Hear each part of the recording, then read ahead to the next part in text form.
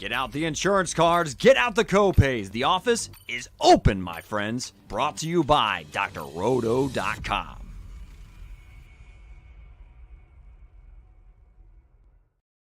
Hey there, everybody, it's Dr. Roto. Get out the insurance cards, get out the copay. The office is open, my friends. And I know it's NFL draft time, but it's still fantasy baseball time. And my friend Lou Landers and I are doing the Caught Looking podcast. Lou, I know we're watching NFL with one eyeball, but I know we got to be paying attention to fantasy baseball with the other.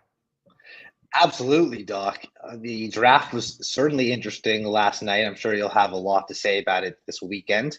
And definitely was surprised by that Falcons pick, like many people were. And with baseball, yeah, you always got to keep your eye on baseball because unlike all the other sports, it is every single day for these teams, these players, these injuries, the call-ups, the send-downs, the struggles, the hot streaks. There's just so much to look at every day. There really is. So let's start out with the Houston Astros, who I think are surprising everybody with just how bad they really are. I mean, I don't think anybody saw this coming. I know that I didn't. I mean, did you see this coming? Where did they go wrong?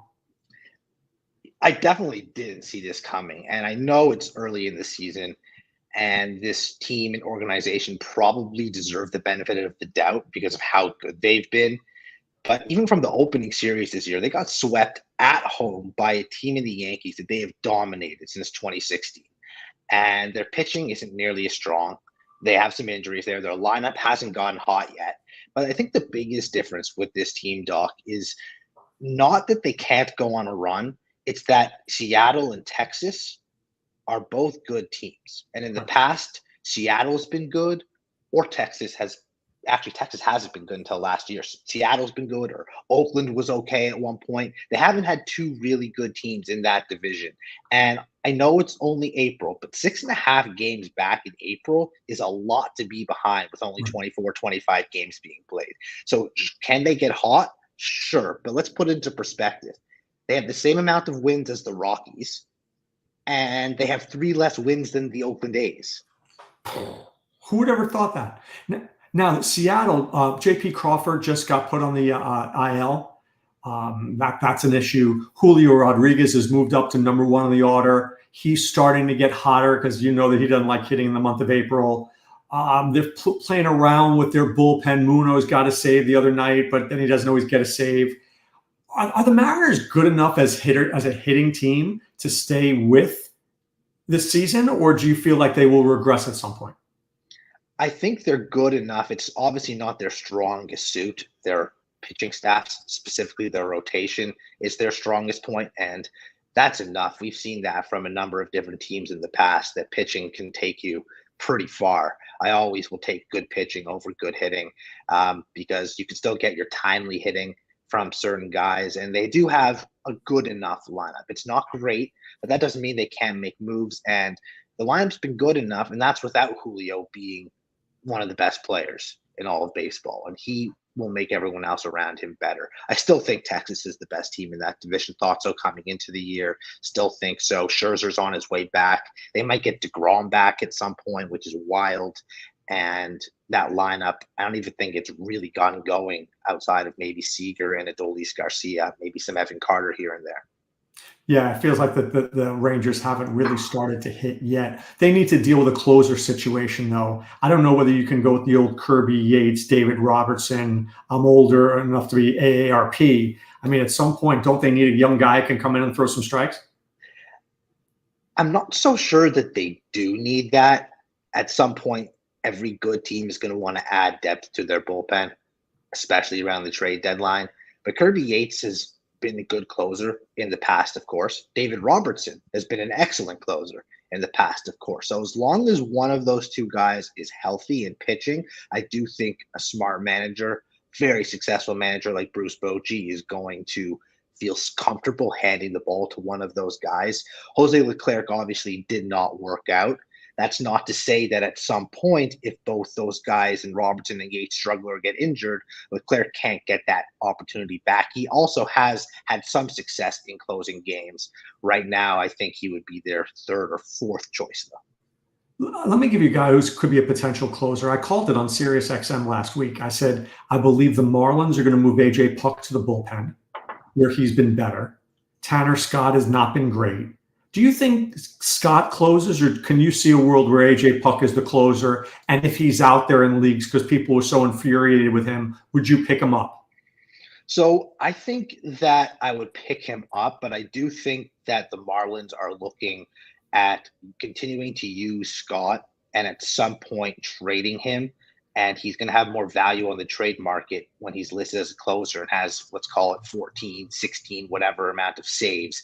That at that point, Puck would take over once the Marlins completely sell out. I mean, we look at the standings already. They have no chance of climbing back into this race because of how good that division is. So Scott will probably be on the move if he has value, and he'll have value as a closer. But does it shock you to me, and I'm going to talk about the White Sox as well, I don't think the Marlins are that bad. I don't look at this team and go, stink, stink, stink. There are players there that are decent. There are pitchers there that I thought would be good. Max Meyer's rotting in the minors. I mean, Weathers has shown well. Luzardo's good. Sixto Sanchez is finally back on the mound. It feels like the Marlins are giving up too soon. Yeah, they're certainly not this bad. And this was a team that surprisingly got to the postseason last year. And I almost forgot that they were a postseason team because they squeezed in, and you don't really think of them as being that type of team. But they did lose Jorge Soler, who was a big bat in the middle of that lineup. Berger's now injured. That happened, I think, last week. And they're one of those teams, unlike Seattle, that even though they do have a pretty good rotation, their bullpen's not that strong, and their lineup is significantly worse. As good as Jazz Chisholm can be, he's injury prone. Luis Ariz, I like him, but he's going to hit 2 home runs this year. It's not a lineup that you look at and you're like, yeah, this is a team that's going to have a good season. And Washington is better. The Mets can't be worse than they were last year. Right. And of course, the Phillies and Braves are fantastic. And the White Sox, they're just a mess. I mean, what are they? They're 3-21, 3-22 right now.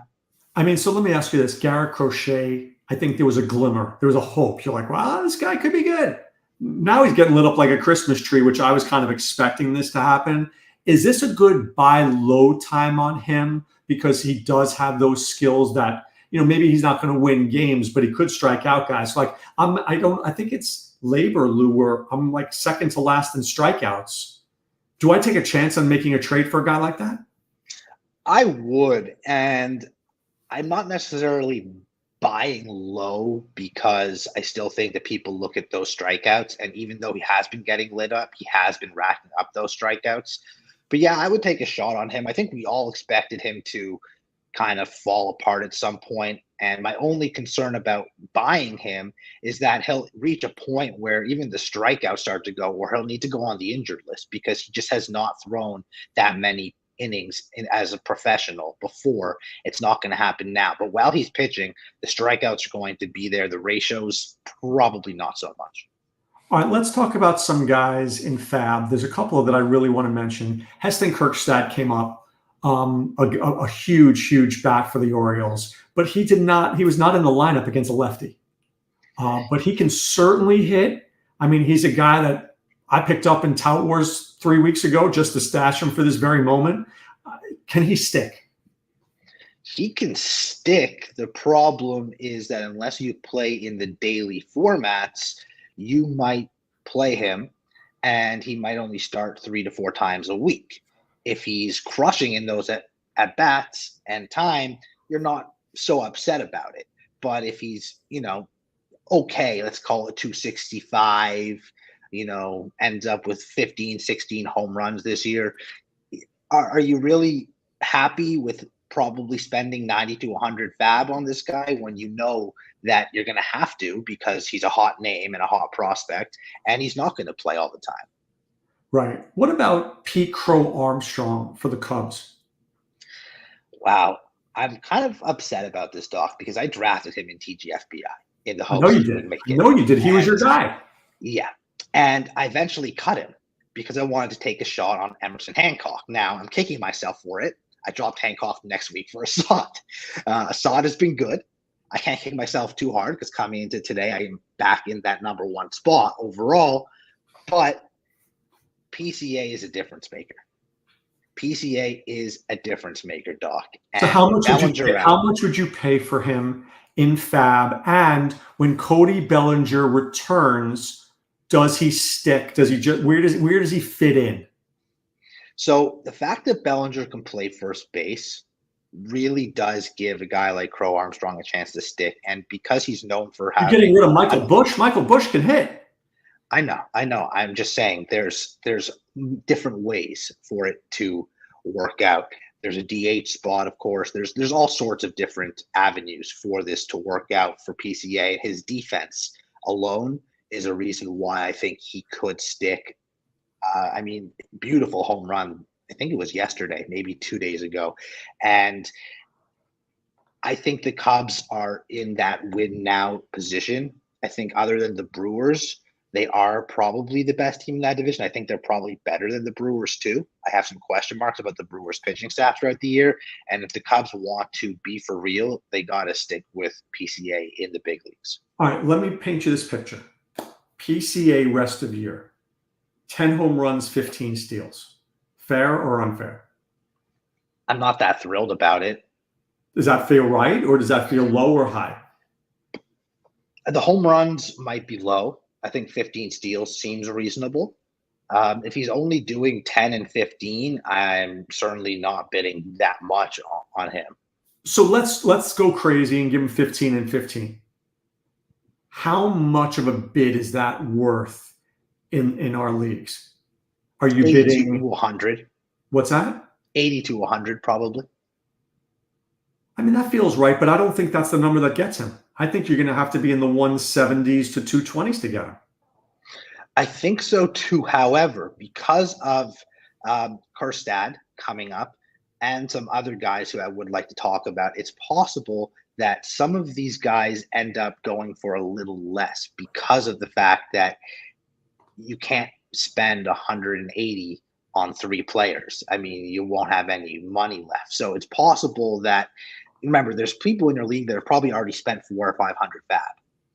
And they maybe can't afford to spend 180 to 220 at this point. Right. So yes, maybe you won't get PCA, but that's why I'm probably going to put in bids of between 60 and 90 on 3 or 4 different outfielders and hope that I get one of them. So I'm very upset because last week I was this close to bidding on Joe Adell.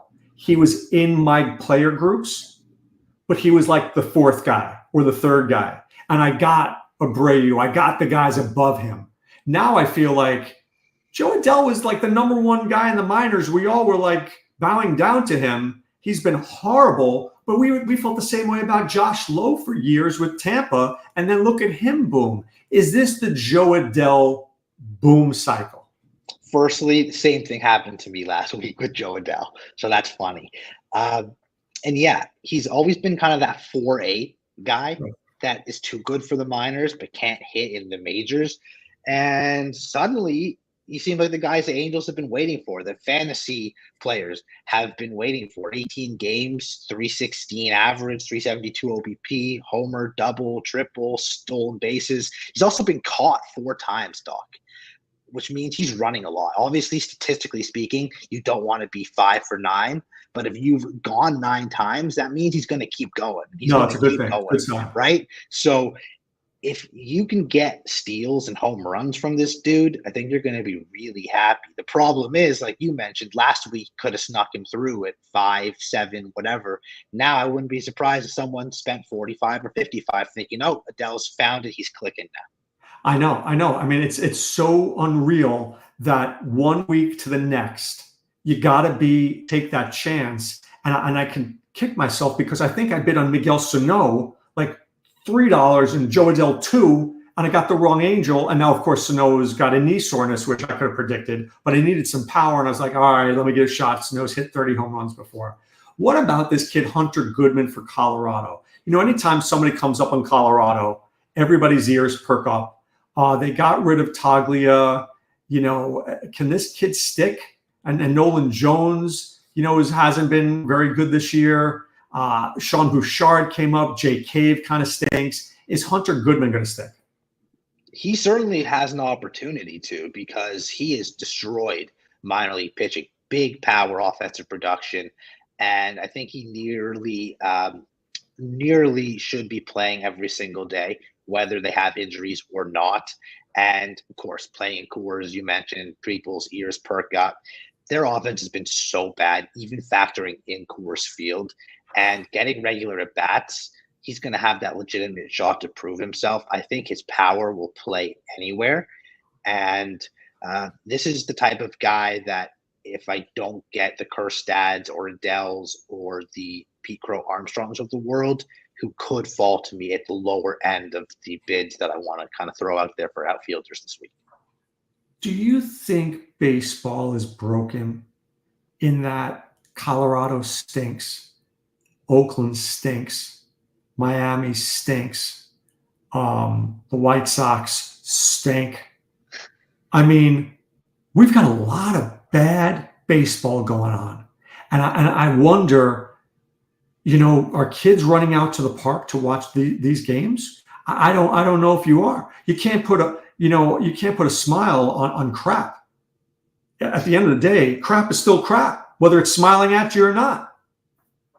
Yeah, it's bad for some of these teams for sure. But at the same time, though, as bad as some of these teams are, I also feel like there's so many other races that are actually really good because of it. And a lot of these divisions are quite balanced.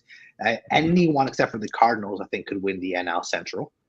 The Padres obviously aren't as good as the Diamondbacks or the Dodgers, neither are the Giants, but Padres and Giants aren't teams that you're overlooking by any means. You got the Phillies and the Braves for sure. The Mets, who knows? They could contend. So you seem to have good races in every other division. Obviously, the AL Central is going to be competitive besides the White Sox.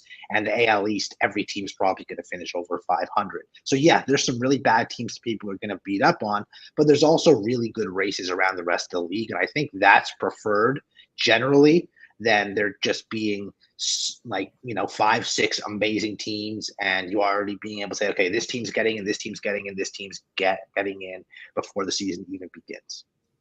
All right, let's take a look at tonight's DFS slate. You got Corbin Burns pitching. You got Carter Crawford, Shota Imanaga. Do you know the ERA of Imanaga is 0.84 and Carter Crawford's 0.66? Somebody's the best pitching matchup of the year tonight. What? The best pitching matchup of the year tonight, most anticipated. Yeah, I mean, as Don King would say, somebody's O's got to go. Where are you looking? I'm trying to see Sandoval, Ober, Luis Gil, who's actually been good, Nathan Eovaldi, Zach Gallen. Where are you looking tonight? So I am certainly looking at Gil. I'm certainly looking at Burns. I'm looking at Zach Eflin against a horrible White Sox team. And Trevor Williams, believe it or not, because he has a matchup against Miami. So those are the four pitchers that really stand out to me on this slate. Well, so let's start with Baltimore for a second. I mean, Burns is going to cost you a ton of money. Can we find a good stack to pair with Burns? We can, and it's the Orioles, believe it or not, even though they're expensive. So I prepared a lineup. Hear me out on it. I got Burns and Hill as my starters, starting pitching. Okay. Adley Rutschman, expensive, but damn good. Jackson Holiday, because there's a righty on the mound, is only 3,500. So part of that Orioles stack. Westberg, expensive, good. Gunnar Henderson, my lock of the night, one of the best players in the world right now. He's expensive, 6,000. But our boy, Kerstad, only 2,600, Doc. So with Holiday and Kerstad in that stack, so you're going to run like a 7-8-9-1-2. Essentially. And then another guy we talked about, Pete Crow Armstrong tonight against the righty, only $2,300. So with Kerstad and Armstrong in the outfield that cheap, and Holiday that cheap at second base, you can pay up for the expensive Orioles. You can pay up for Corbin Burns. Right now, I'm not sure about my final outfield spot. I have around 4,200, 4,100. I've looked at Buxton against a terrible lefty in Sandoval, but who knows on that? And right now, I have Nate Lowe as my first baseman at 3,800. He's been good since he came back, and we know Texas can smash. So, by the way, I do agree with Adam. A lot of kids these days, they love to play baseball. but they don't want to watch it unless they're at the game. So I think that's a really good point by Adam. All right, so let me ask you this. When you look at your DFS lineup, it seems like what I'm hearing is one major stack and then a lot of one-offs. I don't see two stacks going on in Lou's lineup tonight. No, in this build, no. I have considered a Rays stack against flexing in the White Sox, and I've also considered a Mets stack because I think Miles Mikolas is just so bad. But when I tried to make those combinations, I didn't love the prices on some of the Rays and some of the Mets that I wanted to get in there. And I'm so sold on Baltimore that I didn't want to take away from my Baltimore stack by trying to force the Rays or the Mets in. First of all, I think there looks to be some rain in Chicago tonight, so we got to watch that carefully. Chris Flexen really is bad. I mean, he is really bad. And lefties just, I mean, everybody tees off on him. It's interesting because the other night, Lou, and I want to get to a question.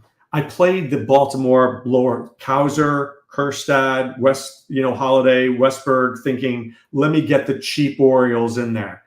Now, if this is part of my bigger question. I was watching a video from Jordan over at Saberson, who basically is saying, if you're playing single entry, you're doing it wrong.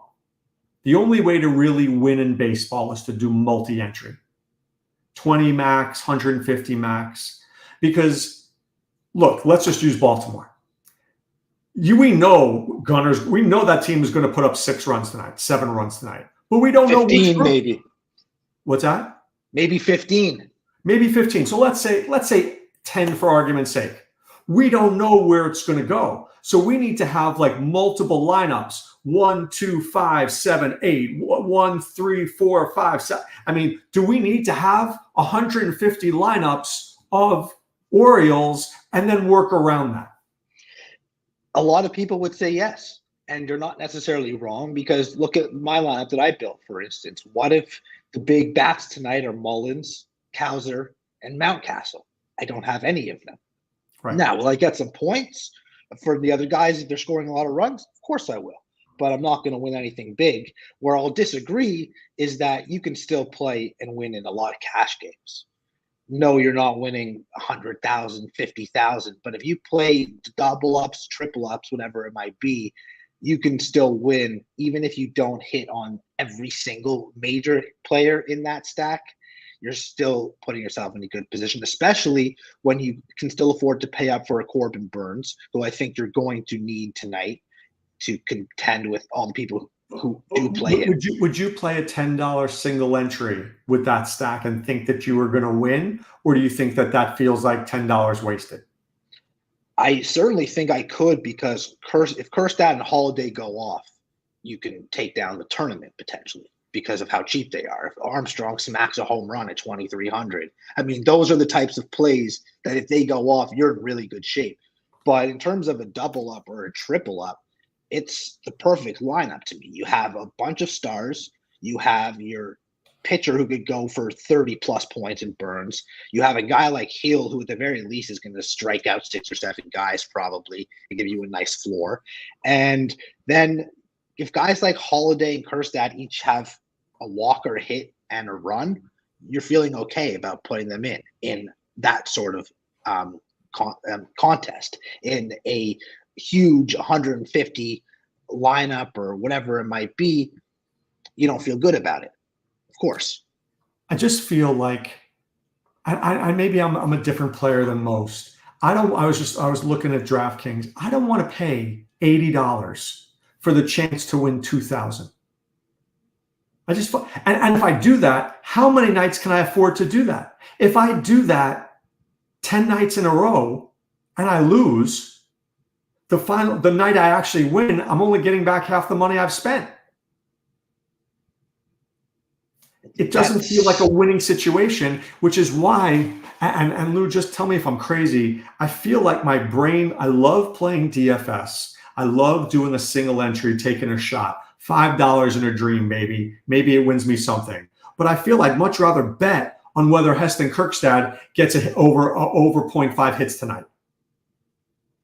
Yeah, sure, of course. And that's why it's so fun to play props. And as you know, I've been writing over at RT Sports on props. And yeah, it's a lot easier to get 2 or 3 of those right than making the perfect DFS lineup. Absolutely. At the same time, DFS is like chasing that dream, as you said.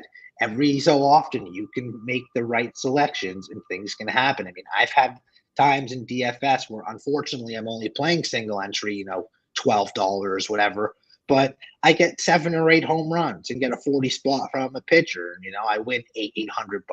No, it's not the thousands of dollars I'm going to post all over social media, but it's a really good win, and it basically pays for my entire season of playing. So that's kind of the way I like to play. And I think I've told you in the past, whether it was here or on Sirius, I always like to throw in some double ups just to kind of keep my bankroll rolling, because I'm pretty confident in my ability, even 4 out of 7 times a week, being able to double up, because I know how to pick safe players that also have some upside typically. No, you do. And look, I'm not telling people not to do it. I'm looking here. What is this? The hot corner, 3 entries, $9. You can, if you win, you're winning 400. I think I could probably get get around that. But look, it's $5 in a dream, baby. $12 in a dream. What I tend to do for football though is I'll pay up on a single entry. I'll do a $50. I'll do a $100 single entry, because I want to take the number of people I'm competing against and shrink that sucker. Yeah, well, also keep in mind that obviously you could play the showdown type of contest in football on the Mondays or the Thursdays or the Sunday night, but football, $50 on a Sunday could end up equaling possibly less than $10 to $12 almost every day in baseball, right? So you can afford to do that, even if you weren't that good at it, and you're very good at it. So it's just a completely different sport. They're all really different. Hockey is all about those power play stacks, and basketball is all about minutes, and football, it's all about finding that team that surprises you and puts up 4 or 5 touchdowns, having all the right guys. And that game exploding, right? Finding that game that explodes. Yeah, I mean, there's times where your lineup can be doing okay in the NFL, and then the fourth quarter, there's 3 or 4 touchdowns late, because teams just keep going back and forth, and you're like, oh, damn, what happened to my lineup? So it's one of those things. It's almost why I always feel like I need to play something in Coors Field as well, because it could be 2-1 going into the 7th inning, and the game could end 10-9. Right. No, I mean, I was on the Padres all week. I didn't win any money, but I was on the Padres all week. I didn't want to be, it's all the FOMO, Lou. All right. So before we get out of here, give me Lou's lock of the night, the one player you are locking in. I have to give you 2, because Gunnar Henderson is one of them, but Gunnar Henderson is in the MVP conversation. He is 6,000 tonight. I think a lot of people are going to be considering him. So we'll get away from that. I think you might be able to find something special tonight in Brett Beatty. I just have this weird gut feeling about Brett Beatty tonight. He's very cheap. He's only 3,000. He gets Miles Mikolas. Maybe something special happens. All right. That's Lou's lock of the night. My lock is going to be, Lou, I don't know. I think I'm going to pick on some. I think I may be in that Washington game there. I don't know. Or maybe I'm going to be in Texas. I'm not a big Graham Ashcroft fan. How about I'm going to go with Corey Seager. I'll go Corey Seager. Never a bad option. I do really like Lowe. I told you he's in my first base I could do right a now. Seager, Lowe, Evan Carter, little Ranger stack there. Going with the Oriole cheap guys at the end. The West. See, I like Westberg and Holiday. I can get my second baseman in. I can get my third baseman in. Put that with Lowe. Put that with problem, Doc, is that Westberg is now almost $5,000 on DraftKings. No, he's up to 4,800, and he's well deserved. He's been tearing the cover off the base. FanDuel, here I come. Yeah, you might want to check out the prices on FanDuel there. But obviously, Holiday at 35. I think it was 3,500, and Kerstad at 2,600. Yeah. You get those 2 in, you can basically afford most of the bats you want. All right, for everybody out there, we appreciate you listening. We'll be back next week with the Caught Looking podcast. For Lou Landers, this is Dr. Roto saying be well and take care. Thanks for stopping by the office. Get your fantasy prescription by subscribing to the channel and checking out drroto.com.